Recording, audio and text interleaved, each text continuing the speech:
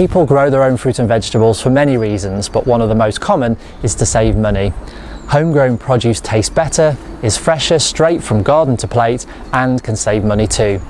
Here are our top tips to get the best value from your garden. Growing high-value crops is a great way to make the most of your growing space. It's about minimising the things you put in, such as your time, space and money, whilst maximising the results. Increased yield, taste and value compared to shop bought.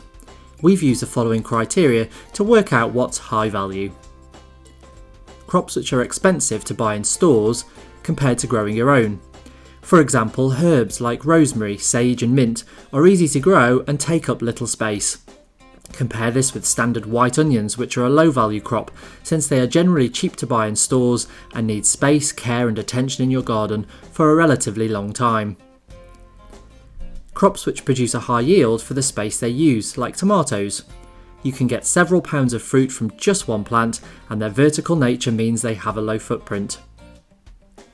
Crops which have a superior taste when homegrown or harvested fresh.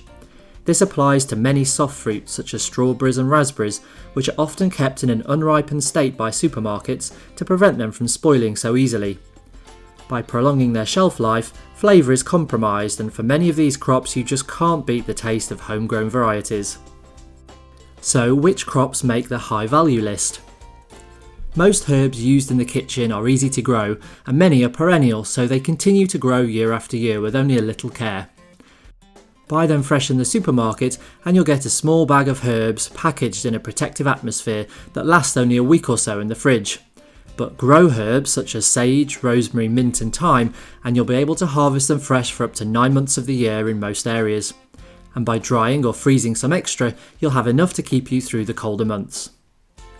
More tender herbs such as basil and parsley can be grown outdoors for around 6 months, and if you have a sunny enough windowsill will do reasonably well indoors for the rest of the year.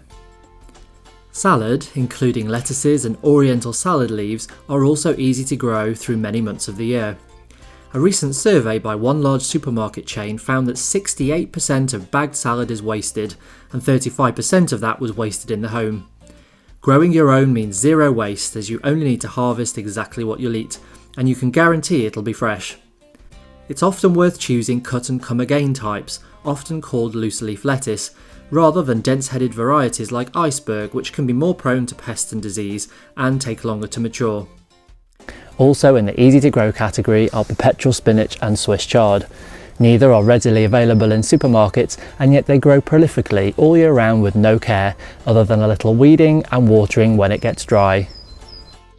Tomatoes are a higher maintenance crop with high watering and feeding requirements, but they make the list because they are so high yielding, and in my opinion there's nothing better than the taste of a homegrown tomato. Growing your own allows you to try a wide range of varieties which just aren't commercially available. Everything from small golden cherry ones to large chocolatey black ones, all depending on what you'll be using them for. Rhubarb often generates a mixed reaction from people, but it's a high value crop because it's so easy to take care of. It's perennial, coming back year after year, and is often quite expensive to buy. I've had this plant for 4 years and it loves this spot, which gets the morning sun but is shaded from the afternoon heat. Whenever stalks are ready, I can harvest a few for immediate use, or it stores well chopped and frozen for later. Fruit trees and bushes yield an abundant crop for the space they occupy, but they do take a year or two to establish. If you're short on space, you can train them as fans or espaliers against a sunny fence or wall. We have a video on planting fruit trees which provides more details.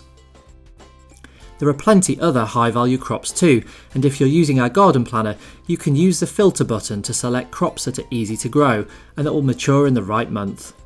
The circle around the plant shows if they need a lot of space to grow, and the information box will give you lots of tips about how to get the best harvest. What is a high value crop for you will depend on where you live and what you and your family like to eat, but the principles are the same. Look for what's expensive to buy from the supermarket and what you can successfully grow in large quantities in the space you have, especially your favourite tasty varieties.